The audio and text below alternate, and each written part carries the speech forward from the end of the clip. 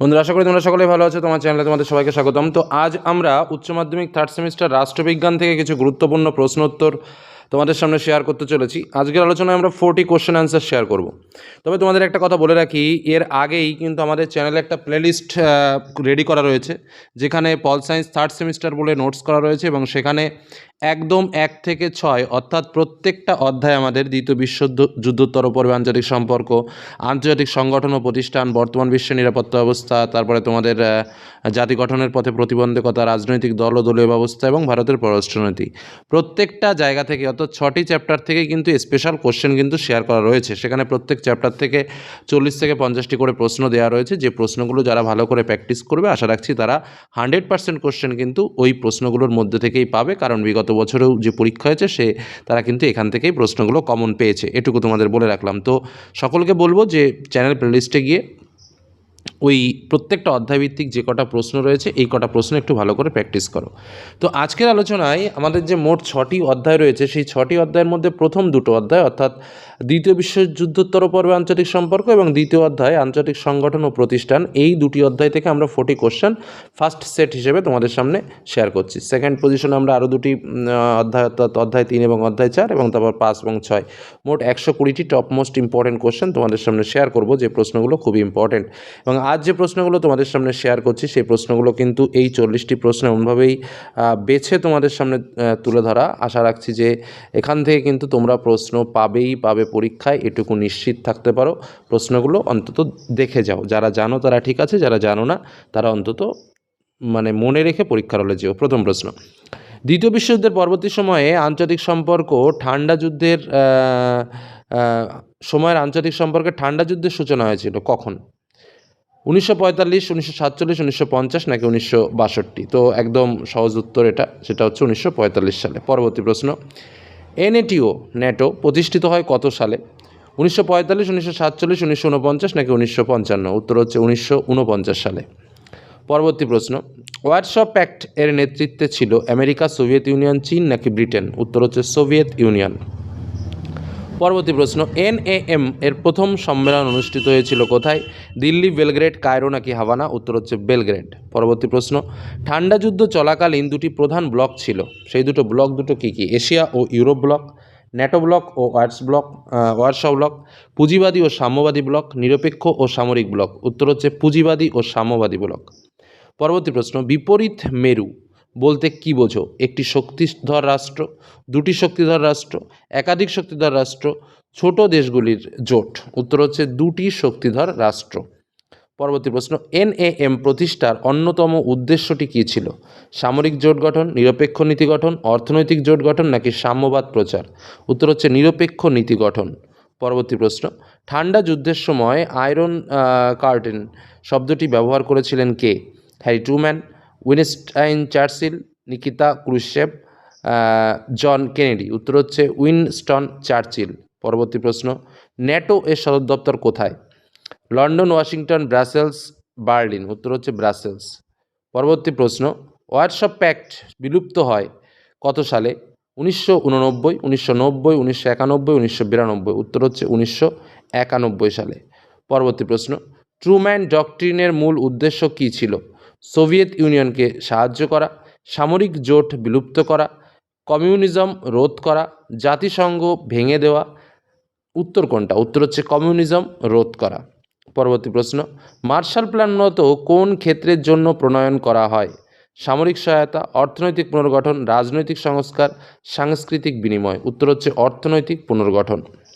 পরবর্তী প্রশ্ন, কিউবার মিসাইল সংকট ঘটে কত সালে? 1950, 1962, 1971 নাকি 1980? 1962 সালে হচ্ছে সঠিক উত্তর। পরবর্তী প্রশ্ন, ডোমিনিও থিওরি সম্পর্কিত কিসের সঙ্গে? অর্থনৈতিক মন্দা, সামরিক বিপ্লব, কমিউনিজম বিস্তার নাকি সাংস্কৃতিক বিনিময়? উত্তর হচ্ছে কমিউনিজম বিস্তার। পরবর্তী প্রশ্ন, নিরপেক্ষ আন্দোলনের অন্যতম নেতা ছিলেন নেহেরু, চার্চিল, ট্রুম্যান নাকি মাও সেতুং? উত্তর হচ্ছে নেহেরু। নিরপেক্ষ আন্দোলন। ঠান্ডা যুদ্ধ মূলত হয়েছিল, এটা একদমই সহজ প্রশ্ন, Europe, Africa, America, Soviet union, Asia, Australia নাকি লাতিন আমেরিকা ও আফ্রিকা? উত্তর আমেরিকা ও সোভিয়েত ইউনিয়ন। পরবর্তী প্রশ্ন, ন্যাটো এর অন্যতম নীতি ছিল এক দেশের ওপর আক্রমণ মানেই সবার ওপর আক্রমণ, প্রতিটি দেশ নিজস্ব প্রতিরক্ষা গড়বে, শুধুমাত্র অর্থনৈতিক সাহায্য নাকি নিরপেক্ষতা বজায় রাখা। উত্তরটা হচ্ছে এক দেশের উপর আক্রমণ মানে সবার উপর আক্রমণ। এটাই হলো ন্যাটোদের সেই গোষ্ঠীর মূল কথা।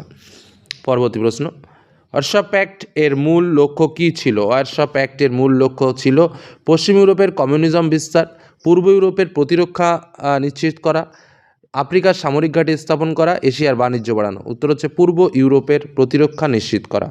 পরবর্তী প্রশ্ন, প্রথম কৃত্রিম উপগ্রহ স্পুটনিক অন উৎক্ষেপণ করে যুক্তরাষ্ট্র, সোভিয়েত ইউনিয়ন, চীন, ফ্রান্স। উত্তর সোভিয়েত ইউনিয়ন। পরবর্তী প্রশ্ন, বার্লিন প্রাচীর নির্মাণ শুরু হয় কত সালে? 1949, 55, 61, 72। উত্তর 1961 সালে। ভেরি ইম্পর্ট্যান্ট একটা প্রশ্ন, সল্ট চুক্তি কোন অস্ত্র সীমিতকরণের জন্য হয়েছিল? রাসায়নিক, পারমাণবিক, জীবাণু নাকি আগ্নেয়াস্ত্র? উত্তর হচ্ছে পারমাণবিক অস্ত্র। পরবর্তী প্রশ্ন, পরবর্তী অধ্যায় অর্থাৎ আন্তর্জাতিক সংগঠন ও প্রতিষ্ঠান থেকে। ইউএনও এর প্রতিষ্ঠাতা সদস্য সংখ্যা কত ছিল? 25, 45, 50, 51। উত্তর হচ্ছে 51। সিকিউরিটি কাউন্সিল এর স্থায়ী সদস্য সংখ্যা কত? 5, 10, 7, 8। উত্তর হচ্ছে 5। পরবর্তী প্রশ্ন, ইউনিসেফ এর পূর্ণ রূপ কি? ভালো করে মনে রাখবে, United Nations international children's emergency fund. এই দাগেরটা উত্তর, আমি আর অন্য কিছু বললাম না। ইউনিসেফের সম্পূর্ণ নাম খুব ভালো করে মনে রাখবে। IMF এর পূর্ণরূপ, very very important, international monetary fund. Very very important, international monetary fund. ঠিক আছে। জেনারেল অ্যাসেম্বলি এর প্রেসিডেন্ট কত বছর বা কত মেয়াদের জন্য নির্বাচিত হয়? 1 বছর, 2 বছর, 3 বছর, 5 বছর। উত্তর হচ্ছে 1 বছর। ইউনিসেফ এর সদর দপ্তর কোথায় অবস্থিত? উত্তর নিউ ইয়র্কে অবস্থিত। FAO এর সদর দপ্তর কোথায় অবস্থিত? উত্তর হচ্ছে রোমে অবস্থিত। Most important question, human rights day কবে পালিত হয়? মনে রাখবে 10th December. Very very important question. পরবর্তী প্রশ্ন, WHO এর প্রধান কাজ কি? WHO এর প্রধান কাজ শিক্ষা উন্নয়ন, স্বাস্থ্য সুরক্ষা, মহামারী নিয়ন্ত্রণ, অর্থনৈতিক উন্নয়ন নাকি সামরিক সাহায্য? উত্তর হচ্ছে স্বাস্থ্য সুরক্ষা ও মহামারী নিয়ন্ত্রণ। ICJ এর বিচারপতির মেয়াদ কত বছর? 5, 7, 9, 12। উত্তর 9 বছর। ইউনিসেফ 1965 সালে কোন পুরস্কার পায়? উত্তর মনে রাখবে নোবেল শান্তি পুরস্কার পেয়েছিল 1965 সালে। Most important question. ইকোসস এর সভা কোথায় হয়? ECOSOC ইকোসক এর সভা কোথায় হয়েছিল? নিউ ইয়র্ক, জেনেভা, প্যারিস নাকি ভিয়েনা? উত্তর হচ্ছে নিউ ইয়র্ক। পরবর্তী প্রশ্ন, ইউএনও এর প্রথম মহাসচিব কে ছিলেন? টাইগলে লাই। মনে রাখবে মোস্ট ইম্পর্টেন্ট কোশ্চেন এটা। IMF এর সদস্য সংখ্যা কত? উত্তর হচ্ছে 190।